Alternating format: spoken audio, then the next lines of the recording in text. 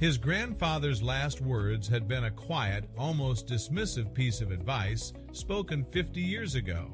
"Promise me you'll take care of my old violin." For decades, the family had honored his request, keeping the battered, unplayable instrument in its case, a silent monument to a man they loved.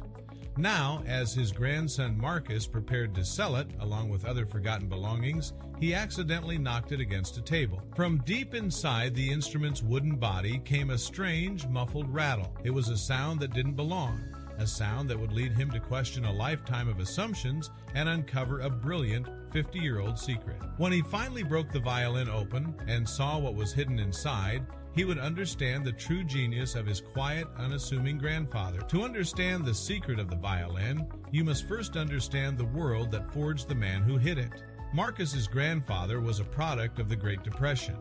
As a young man in the 1930s, he had witnessed the complete and utter collapse of the financial world. He had seen proud, hard-working men lose their life savings overnight as banks across the country failed, their vaults empty, and their doors chained shut. He had watched as the paper money in people's pockets became nearly worthless, its value devoured by economic chaos. This experience carved a deep and lasting lesson into his soul. The institutions people trusted could not be trusted. Banks could fail, stock markets could crash, but tangible assets, things you could hold in your own hand, had enduring value. This philosophy shaped every financial decision he made for the rest of his life. He was a quiet, frugal man, not out of stinginess, but out of a profound understanding of how quickly a life's work could be erased. He saved what he could, but he always sought ways to protect his savings from the system he so deeply distrusted. While the grandfather was learning these hard lessons, another story was unfolding in America, a story of imagination, risk, and unprecedented growth. In the mid-20th century, the Walt Disney Company was transforming from a beloved animation studio into a global entertainment empire. After the groundbreaking success of films like Snow White, Walt Disney took the biggest gamble of his life. He built Disneyland, which opened in 1955. It was a revolutionary concept, and its success was meteoric.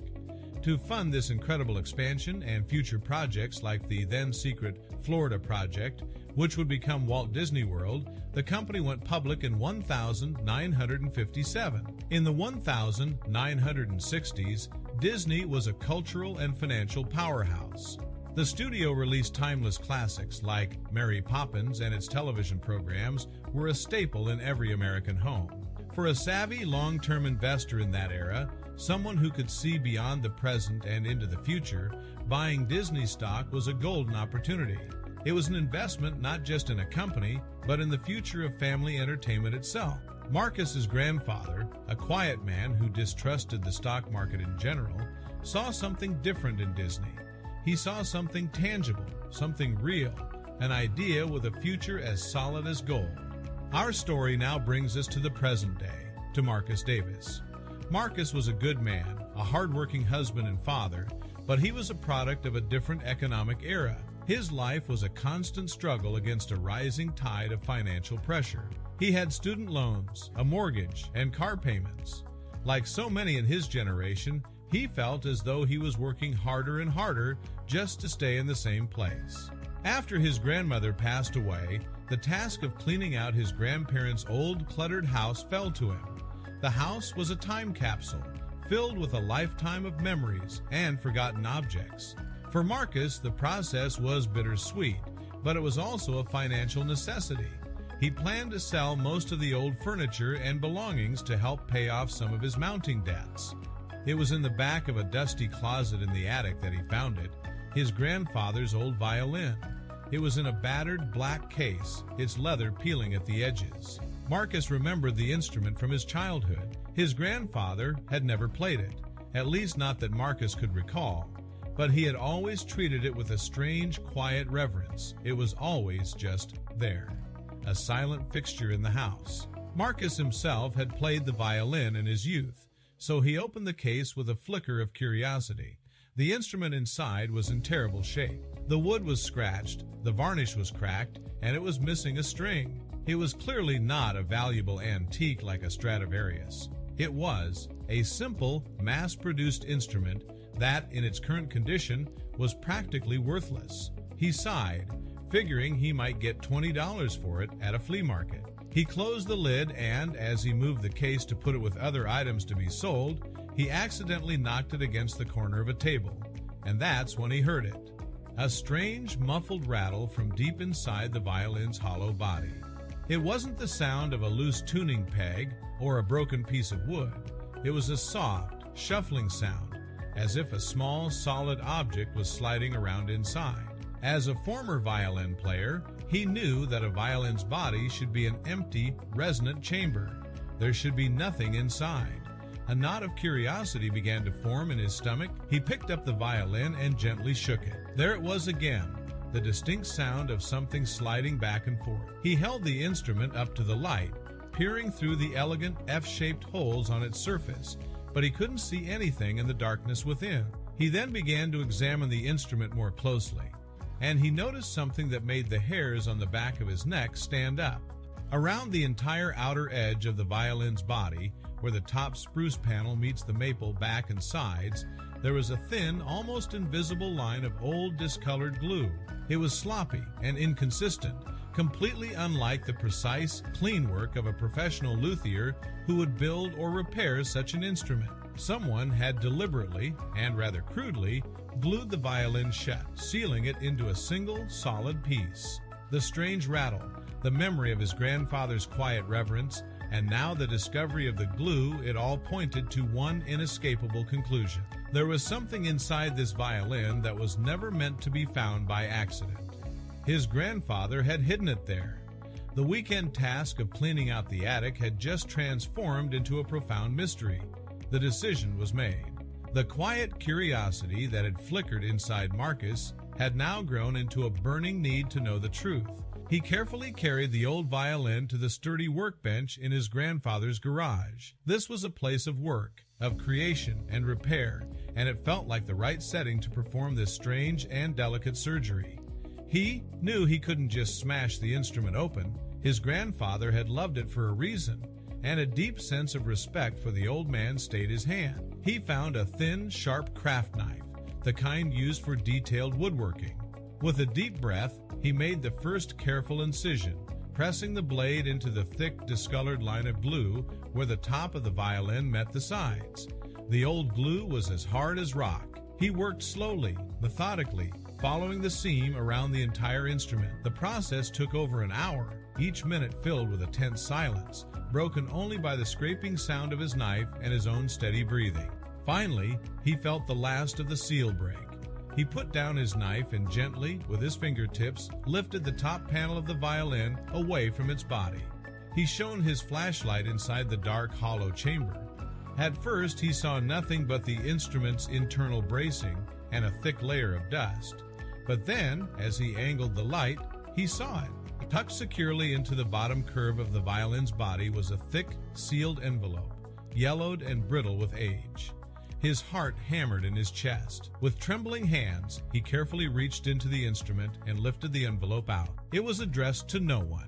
He turned it over. On the back, written in his grandfather's familiar, elegant handwriting, was a short sentence: "For a time of need." His hand shook as he carefully broke the wax seal, which had crumbled into dust, and opened the flap. Inside there were two things. The first was a stack of old, beautifully engraved paper documents. The second was a single folded piece of notepaper. He unfolded the note first. It was a letter from his grandfather, dated from the late 1960s. As he read the words, the 50-year-old mystery, the strange rattling sound, and his grandfather's quiet reverence for the broken old instrument all came into sharp emotional focus. "My dearest family," the letter began, "if you are reading this, then I am long gone, and you have found my secret nest egg. I lived through the Great Depression. I saw good, hard-working people lose everything because they put their faith in paper money and in banks that vanished overnight. I vowed that I would never let my family suffer the same fate. I have little trust in those institutions, but I have always had a deep faith in the power of great ideas and the dreams of visionaries. The letter continued, explaining that in the 1960s, he had watched the rise of the Walt Disney Company with immense admiration. He saw not just a cartoon studio, but a company building a new kind of future for families, a company with boundless potential for growth. He decided to invest a small but significant portion of his savings, not in a bank, but in shares of this company. But he was terrified of losing the paper stock certificates to a fire, a flood, or a bank failure. So, the letter concluded, I decided to hide them in the last place. Anyone would ever look for something of value, inside something that appeared worthless. This old violin was my mother's. It has no great monetary value, but it has immense sentimental value to me. I knew it would always be kept safe. I hope that when you find this, it is because you need it, and that it helps to secure your future just as I always intended. It is my final gift to you, with all my love, your grandfather. With tears now streaming down his face, Marcus turned his attention to the other documents. They were official stock certificates from the Walt Disney Company, dated from the mid-1960s.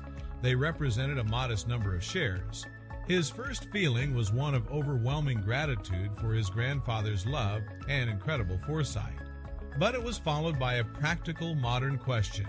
Were these old pieces of paper even still valid? And if so, what were they actually worth?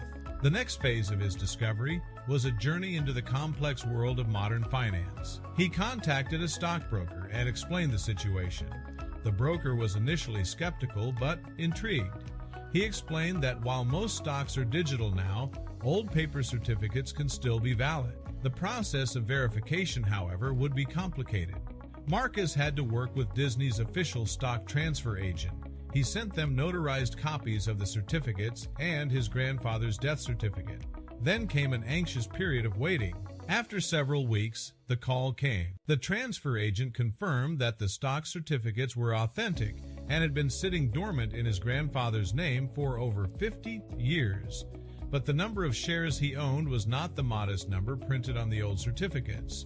The broker then explained the magic of long-term investing. Over the past 5 decades, the Walt Disney Company had performed numerous stock splits. This means that for each original share, his grandfather had been issued several new shares over the years. Furthermore, the company had paid out dividends, and because his grandfather never cashed them, they were often automatically reinvested, buying even more shares. The modest number of shares from the 1960s had, through this slow, quiet process of corporate growth, multiplied into a substantial holding. When the broker finally told Marcus the current market value of his inherited stock, he had to sit down. It was a life-changing sum of money. The quiet, frugal farmer, through his brilliant and patient plan, had left behind a fortune that had grown silently in the heart of the old violin for half a century. The discovery changed everything for Marcus. He was able to pay off all his family's debts. He could finally afford the necessary repairs for his grandparents' old farmhouse, ensuring it would stay in the family for another generation. And he was able to set up college funds for his own children, continuing his grandfather's legacy of providing for the future. It was not just a financial windfall, it was a profound emotional inheritance. He finally understood the quiet, serious man his grandfather was, a man who had seen the world fall apart once and had spent the rest of his life building a secret, silent lifeboat for the people he loved. The old, battered violin, which he had once seen as worthless junk, was now the most priceless object he owned. He had it professionally restored, not to be sold, but to be treasured, a permanent and beautiful reminder of a grandfather's love, wisdom, and a secret that was worth the wait.